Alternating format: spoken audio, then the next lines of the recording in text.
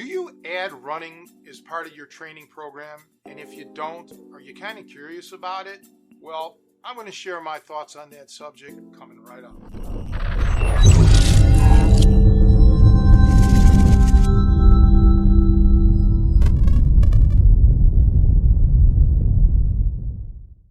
Hi, I'm Tony Cecchine and welcome to the channel. For those of you who have been following along, you know that I used to be a sprinter when I was in school, and I always used to like to run. However, I didn't like to run long distances at a stretch. For me, like 3 miles was about, hey, okay, I got other things to do now after that. I remember the great boxing trainer Angelo Dundee saying he never wanted his fighters running more than 6 miles because he wasn't in the business of creating marathon runners. Bear in mind that for the pretty much bulk of Angelo Dundee's career as a trainer, championship matches were 15 rounds. Without getting too deep, boxing has a limited amount of techniques to draw from offensively. And the opponent knows, okay, he's going to be throwing punches at me, generally speaking. We're not talking about grabbing and holding on, but, he's got these punches. So a boxer knows that I'm not going to blow my wad right away and just go nuts unless I see an opening, because he doesn't want to run the risk of gassing himself out, because the opponent can, pretty much cover up, slip and move, get the angles, and, play a little game, cat and mouse here. When you're involved in MMA or a street fight, you have a lot more techniques to draw from. And that's where explosiveness really comes into play, because you are utilizing all of your body in many different ways, meaning lifting, falling, sprawling, going down, getting up, without being knocked down or knocked out. So you have to have a different type of conditioning.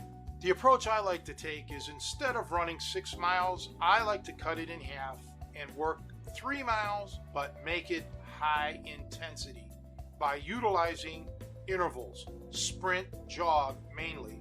Or if you watch the Lucky 13, you'll see that I'm doing other things, jumps, sprawls, and what have you. All those things are very appropriate because you use those techniques in fighting. You're going to have to jump sometimes. You're going to have to sprawl perhaps. Learning to get up, go down, and so on is really important. So to give a brief overview, let's approach it like you would break that 3 miles into nothing but running, okay, to begin with.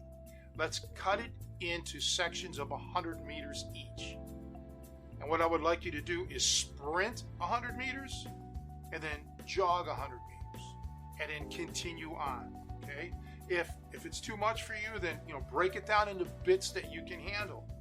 If you need to end up walking as opposed to jogging, then do that as well.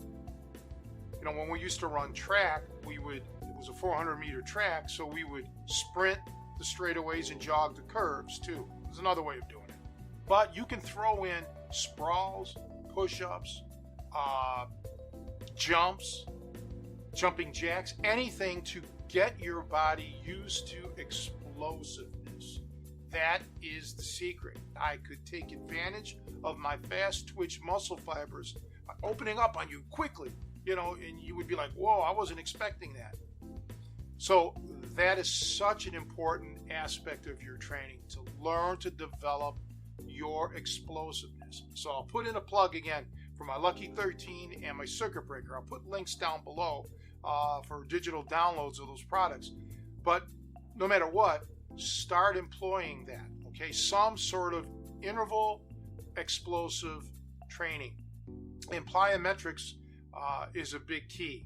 Now, one other thing, when you start to get older, or let's say you're heavier, running can really take its toll on you. It could hurt your ankles, your knees, your back, what have you. So you want to make sure that, you're in a softer area, maybe a grassy area, running on sand, or if you're doing any sort of jumps, you're kind of cushioned. And that's another good thing about sprinting. If you can get access to a running track, that's really great. So you can sprint at a time. You're not just like constantly wearing it out, on a hard surface. You can sprint, take a little breather by jogging and, you know, blah, blah, blah. But, so watch out for the surface. That plays a big role too. Well, I hope this video was a little insightful for you.